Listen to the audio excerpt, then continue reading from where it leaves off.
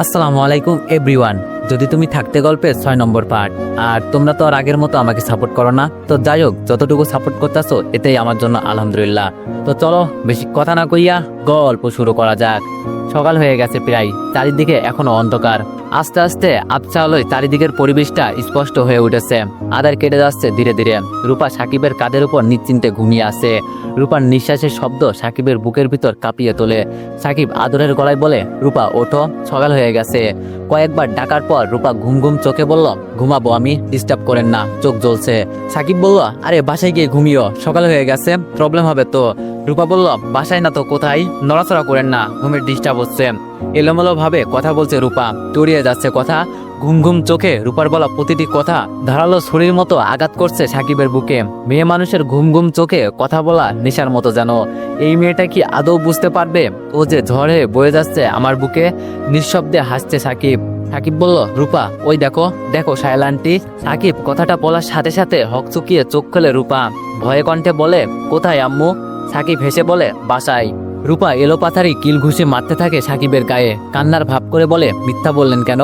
সাকিব বলল, তো কি বাসায় যেতে হবে না? রূপা কিছুক্ষণ ভেবে বলল, ও তাই তো, আমি সব ভুলেই যাই। দেখ, আমি তো ভাবছিলাম আমি বাসায় ঘুমাচ্ছি। সাকিবের দিকে গভীর মনোযোগ সহকারে এক দৃষ্টিতে তাকিয়ে থাকে রূপা। দৃষ্টি কেমন তীক্ষ্ণ। সাকিব বলল, এভাবে তাকিয়ে আছো কেন? খেয়ে ফেলবে মনে হচ্ছে। রূপা সাকিবের দিক থেকে দৃষ্টি সরিয়ে নিজের দিকে তাকিয়ে বলল, আপনি খুব ভালো, তাই আপনাকে অনেক ভালোবাসি। সাকিব বলল, হয়েছে, আমি সাইকেলের চাক্কা না, পাম দিতে হবে না। রূপা মুখ ভার করে ফেলে। সাকিব এবার মুচকে এসে বলে, আমিও ভালোবাসি রূপা পাগলিটাকে। ফজরের নামাজ শেষ করে রান্নাঘরে ঢোকে শায়লা বেগম। আজিজ চৌধুরীর জন্য এক কাপ চা তৈরি করে নাই দ্রুত। রূপাকে ছাড়া বাসাটা একদম ফাঁকা ফাঁকা লাগছে। বারান্দায় গিয়ে দাঁড়িয়ে থাকে শায়লা বেগম। হঠাৎ চোখ পড়লো সাকিব আর রূপার দিকে। দুজনে কথা বলতে বলতে আসছে। রূপা এই সময় কোথা থেকে আসলো? ওর মা তো বলেছিল রূপা কয়টা দিন ওর মায়ের কাছে থাকবে। শায়লা বেগম দ্রুত পায়ে গেটের সামনে গেল। শায়লা বেগমকে দেখে ঘাবড়ে যায় সাকিব। উনি কি সাকিবকে কড়া কথা শোনাতে আসছে? মুহূর্তের মধ্যে নিজেকে সামলে নিল সাকিব। রূপা একদম স্বাভাবিক। শায়লা বেগম ওদের সন্দেহ করতে পারে এরকম কোনো ভাবনা চিন্তা নেই রূপার চেহারায়। ও একদম স্বাভাবিক, যেন এটা হবারই ছিল। শায়লা বেগম উদ্গ্রীব হয়ে জিজ্ঞেস করলো, কোথা থেকে আসলি তুই? সাকিবকে কোথায় পেলি? কোনো ঝামেলা করে আসিসনি তো? রূপা স্বাভাবিক গলায় বলল, ভালো লাগেনি তাই চলে আসছি। আর উনি জগিং করতে বেরিয়েছিল, ওনার সাথে দেখা হলো পথে। সাকিব হাফ ছেড়ে বাঁচলো। কি সুন্দর যুক্তিগত মিথ্যা কথা বললো রূপা, এগুলোকে বলে খাঁটি মিথ্যা কথা। শায়লা বেগম আর রূপা কথা বলছে, সাকিবর রুমে চলে গেল। শায়লা বেগম বলল, তোর আম্মুকে বলে আসছিস তো? রূপা বলল, আমি কি যেতে চেয়েছিলাম ওনার সাথে? তুমি তো জোর করে পাঠালে। এই পর্যায়ে মুখ ভারী করে ফেলে রূপা, যেন কেঁদে দিবে। শায়লা বেগম বলল, কি হয়েছে তোর? মারছে তোকে আবার? কোনো অঘটন করে চলে আসিসনি তো? বন্ধুরা, তোমাদের জন্য এনেছি একটা অসাধারণ অ্যাপস, মোজব্যাট। এটা এমন একটা প্ল্যাটফর্ম যেখানে অনেকেই নিজেদের স্কিল আর স্ট্র্যাটেজি দিয়ে প্রতিদিন ইনকাম করছে। এখানে আছে বিভিন্ন ধরনের গেমস, যেখানে তুমি মজা করে খেলার পাশাপাশি পেতে পারো দারুণ সব রিওয়ার্ড। ক্রিকেট, ফুটবল বা অন্যান্য লাইভ ইভেন্টে অংশ নিয়ে তুমি নিজের ভবিষ্যৎবাণী দিয়ে পেতে পারো স্পেশাল গিফট। ব্যবহার করো আমার স্পেশাল কোড আর পেয়ে যাও 45,000 টাকা পর্যন্ত বোনাস ও 250টি ফ্রি স্পিন, যেখানে প্রতিটি স্পিনই আছে গিফট জেতার সুযোগ। বিকাশ, নগদ, রকেট উপায়, এমনকি ডিজিটাল পেমেন্টও সাপোর্ট করে। তাই ইনকাম তোলা একদম সহজ। প্রথম রিচার্জেই পারছো 125% পর্যন্ত এক্সট্রা বোনাস। তাহলে দেরি কেন? অ্যাপটা ইনস্টল করো, রেজিস্ট্রেশন করো আর নিজের খেলা আর কৌশল দিয়ে আজই শুরু করো উপার্জন। আর হ্যাঁ, রেজিস্ট্রেশনের সময় আমার প্রোমো কোড 7 ব্যবহার করে প্রথমবার ডিপোজিটে 20,000 টাকা পর্যন্ত পান। কিছুক্ষণ চুপ থেকে রূপা বলল, ওনাকে ফোন করে বলে দিও আমি চলে আসছি, আর যেন কখনো আমায় নিতে না আসে, ওনারা খুব নির্দয়। শায়লা বেগম বলল, কি করেছে ওনারা? বলবি তো? কোনো কথা বলে না, চুপ করে আছে রূপা, কোনো কথার উত্তর দিচ্ছে না। শায়লা বেগম বারবার জিজ্ঞেস করছে, চুপ করে আছিস কেন, কিছু বল। এর ভিতরে রূপার মায়ের ফোন আসে। শায়লা বেগম রূপার রুম থেকে বেরিয়ে ফোনটা রিসিভ করে। ফোন রিসিভ করতেই ওপাশ থেকে চিন্তিত কণ্ঠে বলল, রূপা কি তোদের ওখানে চলে গিয়েছে? শায়লা বেগম বলল, হ্যাঁ এই মাত্র আসলো, ভাবছি তোকে ফোন দিব, এর ভিতরে তুই ফোন দিলি। ফোনের ওপাশ থেকে কান্না ভেজা কণ্ঠে বলল, আমার মেয়েটা কখনো কি স্বাভাবিক হবে না বল? এবার তো ওর সাথে কোনো খারাপ ব্যবহার করিনি, আর ওকে আগে মারতাম ওর পাগলামির কারণে, যখন একদম ধৈর্যহারা হয়ে যেতাম। এবার কেন চলে গেল? শায়লা বেগম বলল, দেখ ও মানসিক রোগী, ওর মন বড্ড সেন্সিটিভ, যখন যা ইচ্ছা হয় শায়লা বেগমের কথা শেষ না হতেই রূপার মা বলল, এত বড় সাইকিয়াট্রিস্ট তুই, আর আমার মেয়েটাকে এতদিনও ভালো করতে পারলি না? শায়লা বেগম দীর্ঘ নিঃশ্বাস ফেলে বলল, ও তো আগের থেকেও অনেক স্বাভাবিক হয়েছে, ধীরে ধীরে সব ঠিক হয়ে যাবে। ওকে আমি হসপিটালে না রেখে নিজের বাসায় রেখে ট্রিটমেন্ট করাচ্ছি। তোর থেকে কি আমি ওকে নিয়ে কম ভাবি? রূপার মায়ের কান্নারও বেড়ে যাচ্ছে। কথা বলার শেষে রূপার রুমে আসে শায়লা বেগম। মেজাজ খারাপ হয়ে যাচ্ছে রূপার উপর। 2টা দিন ওর মায়ের কাছে থাকতে পারলো না। শায়লা বেগম রাগান্বিত কণ্ঠে বলল, তুই কেন আসছিস না বলে?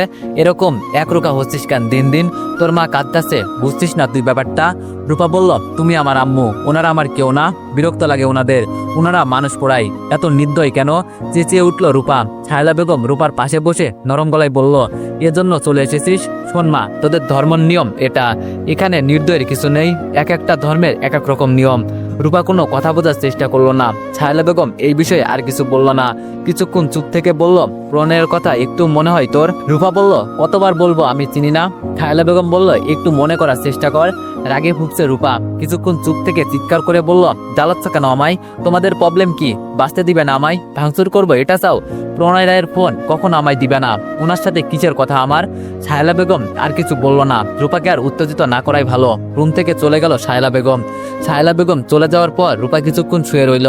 একটু পর উঠে ড্রেসিং টেবিলের সামনে বসলো। আজকে চুলগুলোর জন্য বড্ড আফসোস হচ্ছে রূপার। কেন কাটতে গেল? এরকম বড় চুল সচরাচর দেখা যায় না। রূপার চোখে গাঢ় করে কাজল দিল। সাকিব বলেছে কাজলে নাকি ওকে একদম সুন্দরী পরীর মতো লাগে। ঠোঁটে হালকা লিপস্টিক দিয়ে বারান্দায় এসে দাঁড়ালো। সাকিবের ভার্সিটিতে যাওয়ার সময় হয়ে গিয়েছে। কাল রাতের কথা ভেবে অদ্ভুত ভালো লাগা কাজ করছে রূপার। সাকিব তাড়াহুড়ো করে বাসা থেকে বেরোলো। রূপার দিকে তাকিয়ে চোখ কাটকে যায়। সাকিব কিছু না বলে একটা কাগজ বারান্দার দিকে ছুঁড়ে মারল আর ইশারা করে বলল, লেট হয়ে যাচ্ছে, সময় নেই, যাচ্ছি। রূপা মুচকে এসে কাগজের ভাঁজ খোলে। কাগজে লেখা, তোমার জন্য সারপ্রাইজ আছে রূপামণি। রূপা হেসে ওঠে। সাকিবের চলে যাওয়া দেখছে তাকিয়ে। রূপামণি আবার হেসে উঠল রূপা। সুন্দর নাম তো। সাকিবের দেওয়া সবগুলো টুকরো টুকরো কাগজ একটা বক্সে রেখে ড্রেসিং টেবিলে আড়ালে লুকিয়ে রেখেছে।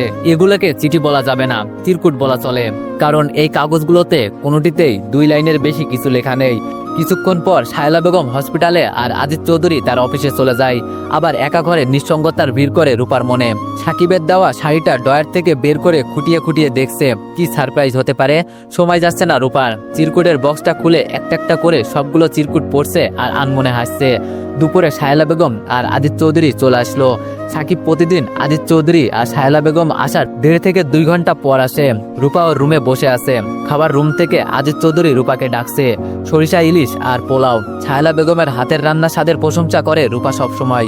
খাওয়া শেষে নিজেদের রুমে গিয়ে চলে গেল শায়লা বেগম আর আজিজ চৌধুরী। এখন তারা একটু ঘুমাবে। রূপা পা টিপে টিপে নিঃশব্দে ডাইনিং রুমে গিয়ে 1 প্লেট খাবার নিয়ে সাকিবের রুমের উদ্দেশ্যে রওনা দিল। মাত্র বাসায় ফিরেছে সাকিব। রূপা ঠোঁট বাঁকিয়ে বলল, একটু তাড়াতাড়ি আসতে পারেন না? বুঝেন না আমি ওয়েট করি? সাকিব বলল, আমি তো যত সম্ভব তাড়াতাড়ি আসার চেষ্টা করি। আমি তো জানি রূপা আমার জন্য বারান্দায় দাঁড়িয়ে থাকবে। হাতের প্লেটটা টেবিলের উপর রেখে সাকিবের সামনে গিয়ে দাঁড়ালো রূপা। নির্দ্বিধায় বলল, জড়িয়ে ধরি আপনার একটু। সাকিবের বুকে ঝাঁপিয়ে পড়ে রূপা। আবেগঘন কণ্ঠে বলে, জানেন আপনাই কেন জড়িয়ে ধরি? সাকিব বলল, কেন? রূপা বলল, আপনার বুকটা শান্তিমহল। হেসে দেয় সাকিব। কত সহজ সরল ভাবে কথা বলে রূপা, কোনো ভনিতা ছাড়াই। রূপা বলল, হয়েছে হয়েছে, ছাড়ুন, দুপুরে তো খাননি কিছুই, খেয়ে নিন। টেবিলের উপর রাখা প্লেটটার দিকে তাকিয়ে সাকিব বলল, কি এনেছো প্লেটে করে? রূপা বলল, সরিষা ইলিশ আর পোলাও, আম্মা আপনার জন্য পাঠিয়েছে।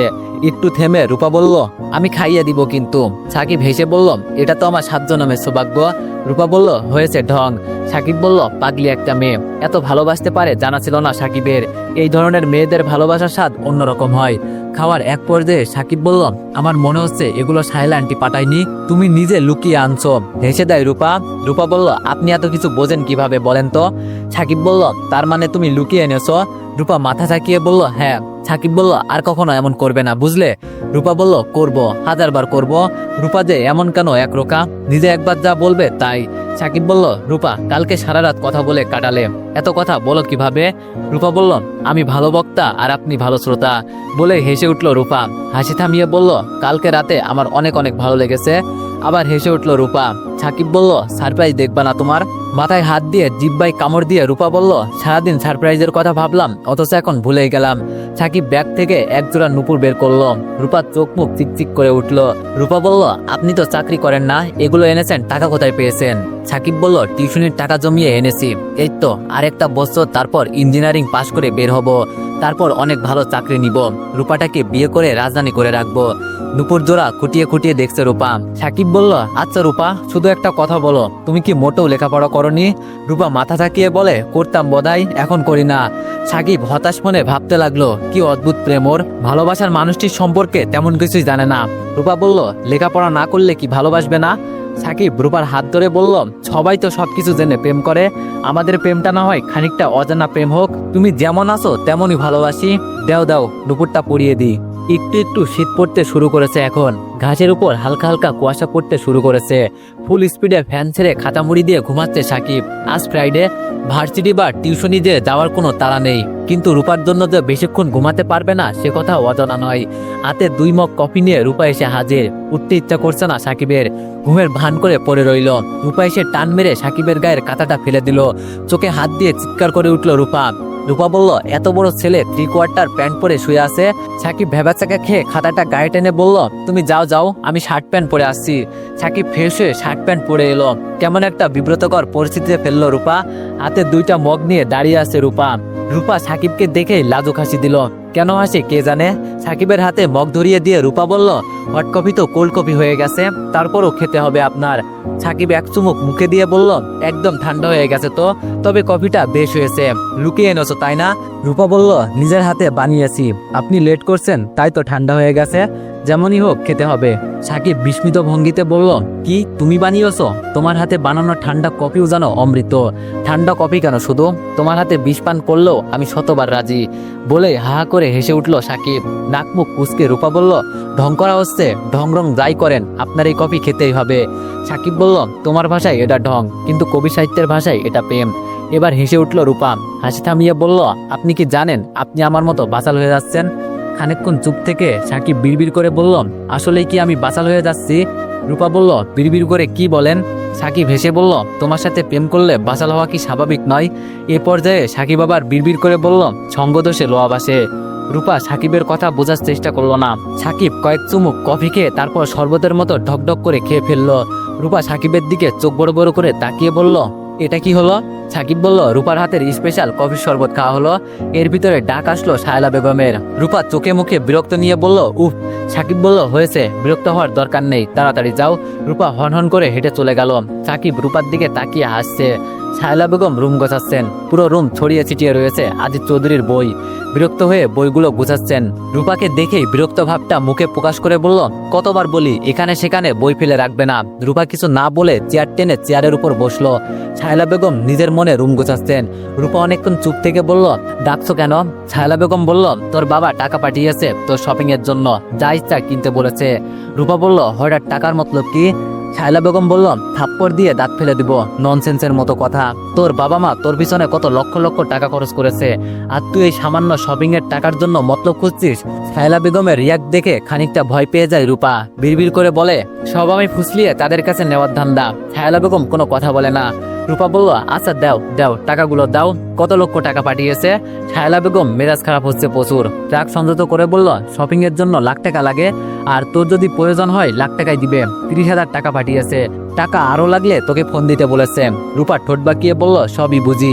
শায়লা বেগম বলল, আর শোন, আমার আজ অনেক কাজ আছে, আমি যেতে পারবো না। ওই বাসায় সাকিব ছেলেটাকে বলে দেখ যায় কিনা, ছেলেটা খুব ভালো। রূপা বলল, না না, তোমার বলতে হবে না, আমি বলছি।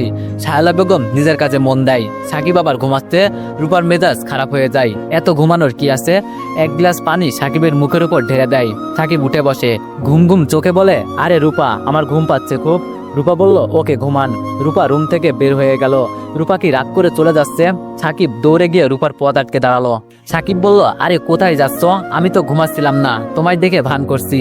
রূপা বলল, জানি কি করছেন, পথ ছাড়ুন, আমি বাসায় যাব। সাকিব রূপার হাত ধরে জোর করে রুমে নিয়ে যায়। রূপা মুখ গোমড়া করে বসে আছে। রূপা বলল, আমি শপিং করতে যাব, আম্মু ব্যস্ত তাই আপনাই নিয়ে যেতে বলেছে, আর আমি এই সুযোগটাই খুঁজছিলাম। সাকিব অবাক হয়ে বলল, ছায়লা আন্টি আমায় নিয়ে যেতে বলেছে। আসলে তারা দুইজন খুবই ফ্রেশ মাইন্ডের।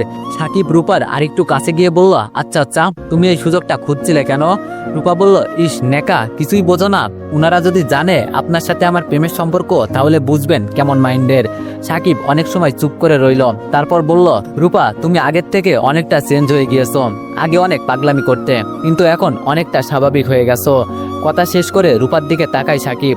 না, রূপা এইসব কথা নিয়ে বরাবরের মতো মন খারাপ করলো না, কিংবা পাগলামও করলো না, বরঞ্চ মুচকে এসে বলল, আম্মু বলেছে আমি ধীরে ধীরে আরো সুস্থ হয়ে যাব। রূপা কিছুক্ষণ চুপ থেকে আবার বলল, আপনি সবসময় জানতে চান না আমি কেন এমন করি? আজকে বলছি শুনুন। সাকিব অধিক আগ্রহ নিয়ে বলল, বলো। রূপা বলল, আমার একটা অসুখ হয়, তারপর আমি এলোমেলো হয়ে যাই। এই পর্যন্ত বলে উদাস হয়ে যায় রূপা। সাকিব স্বস্তি বোধ করে, যাক, তাহলে অসুখের কারণেই রূপা এমন করেছে। লেখাপড়া হয়তো ছেড়ে দিয়েছে, জটিল কোনো কারণ নেই। সাকিব বলল, আচ্ছা রূপা, রাখো এসব কথা, চলো শপিং এ যাই। এইসব নিয়ে ভেবে তুমি একদম মন খারাপ করো না। রিক্সায় পাশাপাশি বসা দুইজন। রূপা সাকিবের হাত শক্ত করে ধরে রেখেছে। রিক্সার সিটগুলো বোধহয় দিনে দিনে সংকীর্ণ হচ্ছে। রূপা একটার পর একটা কথা বলেই যাচ্ছে, কথার মাঝে কোনো ব্রেক দিচ্ছে না। সাকিবও মনোযোগ দিয়ে কথা শুনছে। সাকিব বলল, তোমার লম্বা চুলগুলো মিস করছি খুব। রূপা মুখ কালো করে বলল, আমিও মিস করছি খুব। একটা শপিং মলের সামনে রিক্সা থামাই, সাকিবের হাত ধরে হাঁটছে রূপা। রূপা হাঁপিয়ে গেছে। রূপা বলল, এত মানুষের হইচই ভালো লাগছে না আমার, তাড়াতাড়ি করেন একটু। সাকিব বুড়োকুসকে বলে, কেনাকাটা করবে তুমি আর তাড়াতাড়ি করতে বলছো আমায়? রূপা বলল, আপনার সাথে এনেছি কেন, আপনি পছন্দ করে কিনে দিবেন তাই। সাকিব বলল, আমি মেয়েলি জিনিসপত্র পছন্দ করতে পারি নাকি? রূপা বলল, আমি জানি আপনি পারেন, আপনার বোনদের জন্য কেনাকাটা করেন তখন। রূপার তর্কের সাথে পেরে উঠতে পারছে না সাকিব। সাকিব নিজের পছন্দ মতো সবকিছু কিনে দিয়েছে রূপাকে। সাকিবের পছন্দ বেশ ভালোই। রূপা বলল, হয়েছে, আমার জন্য আর কিছু লাগবে না। এখন আপনি আপনার জন্য হোয়াইট কালারের শার্ট আর একটা ব্ল্যাক প্যান্ট চুজ করুন। সাকিব এই ব্যাপারে নারাজ। গার্লফ্রেন্ডের টাকায় শপিং, ব্যাপারটা সাকিবের পার্সোনালিটির সাথে যায় না। রূপাও জিদ ধরে বসে আছে। সাকিবের কোনো রকম যুক্তি মানছে না। রূপা বলল, আপনি যদি আমার কথা না শোনেন আমি এখন সিনক্রেট করব। এই বলে সাকিবের হাত থেকে শপিং এর ব্যাগগুলো নিয়ে ছুঁড়ে ফেলে দিতে নাই রূপা। সাকিব বলল, আচ্ছা আচ্ছা, কোনো পাগলামি করো না, আমি তোমার কথা মানছি। বিশ্বজয়ের হাসি দেয় রূপা। সাকিব বলল, রূপা তুমি তো খুব ডেঞ্জারাস। শপিং মল থেকে বের হয়, রিক্সা নিয়ে বাসার উদ্দেশ্যে রওনা হয়। রিক্সা চলতে শুরু করলো। চারিদিকে এত কোলাহল, যানজট, বিরক্ত লাগছে রূপার। সাকিবের কাঁধে মাথা রেখে বসে আছে। রূপা বলল, জুয়েলারির দোকানের সামনে রিক্সা থামান একটু। সাকিব বলল, কেন, জুয়েলারির দোকানে কি কাজ? রূপা বলল, আছে একটু কাজ। রিক্সা কিছু দূর আসতেই জুয়েলারির দোকান দেখে রিক্সা থামালো সাকিব। রূপা রিক্সা থেকে নেমে বলল, 2 মিনিট দাঁড়ান এখানে, আমি যাবো আর আসবো। সাকিব বলল, এখানে তোমার? সাকিবের কথা শেষ না হতেই রূপা সাকিবকে থামিয়ে দিয়ে বলল, দাঁড়িয়ে থাকেন এখানে। সাকিব রূপার কথা মতো দাঁড়িয়ে রইল।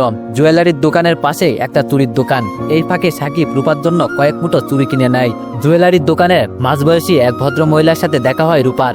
রূপাকে দেখেই ভদ্র মহিলা আন্তরিকতার সাথে বিস্মিত হয়ে বলে, সরো রূপা, তুমি এখানে? তুমি এখন পুরোপুরি সুস্থ হয়েছো? কতদিন পর তোমায় দেখছি। রূপা কিছু না বলে মহিলার দিকে তাকিয়ে থাকে। মহিলাটি বলে, আরে তুমি আমায় চিনতে পারছো না? আগে বলো কেমন আছো তুমি? রূপা বলল, ভালো।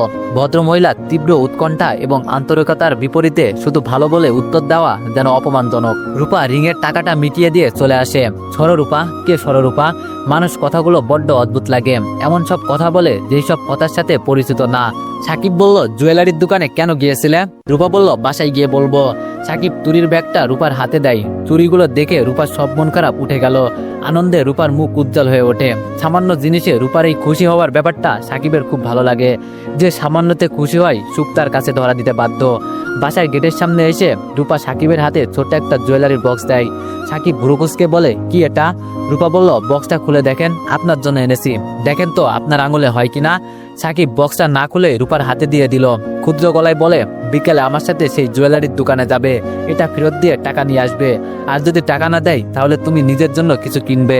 রূপাকে কিছু বলার সুযোগ না দিয়ে চলে যায় সাকিব। রূপা হা হয়ে তাকিয়ে আসে। সাকিব এমন কেন করলো? শার্ট প্যান্ট কিনতে বলল, তাও কিনতে চাইলো না। আবার রিংটা এভাবে ফেরত দিল। সাকিবের দেওয়া শাড়ি আর নুপুর জোড়া নিয়ে সাকিবের রুমের দিকে যায় রূপা। সাকিব যদি আমার দেওয়া জিনিস না নেয় আমিও নিব না। সাকিবের দরজার সামনে হাতে সাকিবের দেওয়া কালো শাড়ি আর নুপুর জোড়া নিয়ে দাঁড়িয়ে আছে রূপা। রূপার চোখে মুখে স্পষ্ট রাগের চিহ্ন, চোখের জল ছলছল করছে। দেখেই বোঝা যাচ্ছে একটু আগে খুব কেঁদেছে। রূপাকে এই অবস্থায় দেখে ভেবাচাকা খেয়ে রূপার দিকে তাকিয়ে আছে সাকিব। রূপা মূর্তির মতো দাঁড়িয়ে আছে এক দৃষ্টিতে সাকিবের দিকে তাকিয়ে। হঠাৎ রূপার মুখে রাগান্বিত ভাবটা কেটে যায়। এখন রূপাকে দেখেই বোঝা যাচ্ছে তীব্র অভিমানে দাঁড়িয়ে থাকা এক রমণী। নীরবতা ভেঙে সাকিব বলল, কি হয়েছে, এভাবে তাকিয়ে রয়েছ কেন, আর হাতে শাড়ি নুপুর কেন? সাকিবের কথার প্রতি উত্তর করছে না রূপা, ঠাই দাঁড়িয়ে রয়েছে। এভাবে কথা না বলে তাকিয়ে থাকা রূপার রাগ অভিমানটাকে আরো তীব্র করে তোলে। সাকিব এবার চিন্তিত হয়ে গেল, রূপা আগের সেই অসুখটা দেখা দিয়েছে কি? সেজন্যই কি রূপা অস্বাভাবিক আচরণ করছে, নাকি রিং ফেরত দিয়েছি বলে? সাকিব বলল, কিছু বলবে তো, নইলে বুঝবো কিভাবে? এতক্ষণ রূপার চোখে জোরপূর্বক আটকে থাকা অবাধ্য জল ফোঁটা গাল বেয়ে গড়িয়ে পড়ল। রূপার হাতে থাকা শাড়িটা আর নুপুর ধরা সাকিবের দিকে ছুঁড়ে মারল। এক মুহূর্ত দাঁড়িয়ে না থেকে দ্রুত পায়ে চলে যেতে লাগলো। সাকিব দৌড়ে গিয়ে রূপার পথ আটকে দাঁড়ালো। পথ থেকে সাকিবকে সরানোর আপ্রাণ চেষ্টা করছে রূপা। তীব্র রাগ আর ক্ষোভে ফেটে পড়েছে জানো। এতক্ষণ নীরবে দাঁড়িয়ে থেকে যে রাগ সঞ্চয় করেছে তার বহিঃপ্রকাশ ঘটেছে এবার। সাকিব ব্যস্ত হয়ে পড়ে রূপার রাগ ভাঙাতে। রাগের কারণটা কি রিং ফেরত দিতে চেয়েছে সেটা? সাকিব বলল, বলবে তো আমি কি করেছি? না বললে বুঝবো কিভাবে? এখনো চুপ করে আছে রূপা, চোখ দিয়ে যেন সমস্ত রাগ প্রকাশ করছে। সাকিব বলল, রূপা এভাবে তাকাবে না কিন্তু, ভয় পাই আমি। এ পর্যায়ে রূপা মুখ গম্ভীর করে বলে, এত ভাব কিসের আপনার? রিংটা ফেরত দিলেন কেন? শপিং এ বসে শার্ট প্যান্ট নিতে বললাম তখনও ভাব করছেন। রূপার গম্ভীর মুখটা ফ্যাকাশে হয়ে ওঠে। কিছুক্ষণ চুপ থেকে আবার বলে, আপনি আমার দেওয়ার কিছু জিনিস নিতে চান না, আমি কেন নিব? খুব জোরে একটা দীর্ঘ নিঃশ্বাস ফেলে সাকিব। রূপার দিকে কিছুক্ষণ তাকিয়ে থেকে ঠোঁটের কোণে এক তিতলা হাসি ফুটিয়ে বলে, এজন্য এত রাগ করা লাগে বুঝি রূপা বাবুটার? রূপা বলল, চুপ, একদম চুপ। রং ঢঙের কথা বলে রাগ ভাঙানোর ব্যর্থ চেষ্টা করবেন না। সাকিব কি ভেবে যেন একটু হাসলো। রূপার রাগ যেন উপভোগ করছে। আশেপাশে চোখ বুলিয়ে কাউকে না দেখে আচমকা রূপাকে পাজা কোলে নিয়ে রুমে চলল। রূপা অবাধ্যভাবে হাত পা ছুটতে শুরু করলো কোল থেকে নামার জন্য। রুমে এনে রূপাকে জোর করে চেয়ারের উপর বসালো। রূপা ব্যর্থ চেঁচামেচি করতেই থাকলো। সাকিব খুব আদরের গলায় বলল, এভাবে আমার রুমে বসে চেঁচামেচি করলে আমায় কিন্তু আজিজ চৌধুরী এই বাসা থেকে বের করে দিবে। অমনি চুপ হয়ে যায় রূপা। রূপার রাগটা পুনরায় অভিমানে পরিণত হয়। রূপা বলল, আমি আপনার জন্য ভালোবেসে কিনলাম, আপনি কিভাবে পারলেন সেটা ফেরত দিতে? সাকিব বলল, সেটাই তো, আমি এত অমানুষ কেন? আমি রূপার ভালোবাসা বুঝলাম না, আমার ফাঁসি হওয়া উচিত। হুকুম করেন আপনার জল্লাদকে মহারানী, আমার এখনই ফাঁসির মঞ্চে নিয়ে যেতে বলুন। সাকিবের রসিকতা দেখে আর না এসে পারল না রূপা। রূপার হাসি দেখে সাকিবের মনে প্রশান্তি যেন ছেয়ে যাচ্ছে। সাকিব বলল, তুমি একদম থ্রি পরে পড়া বাচ্চাদের মতো রাগ করো, তোমার ভালোবাসা, রাগ, অভিমান সবকিছু ইউনিক। কথাটা বলে রূপাকে আচমকা শক্ত করে জড়িয়ে ধরল সাকিব। রূপা হয়তো এতক্ষণ এটাই চেয়েছিল। রূপা সাকিবের বুকে মিশে রইল। সাকিব হেসে বলল, সাকিব বলল, মেঘ হলো, বিদ্যুৎ চমকালো, বজ্রপাত হলো, বৃষ্টি হলো, এখন আবার রোদ, আবহাওয়া শুধু চেঞ্জ হয়। রূপাও হেসে উঠল। রূপা বলল, তখন যদি রিংটা নিতে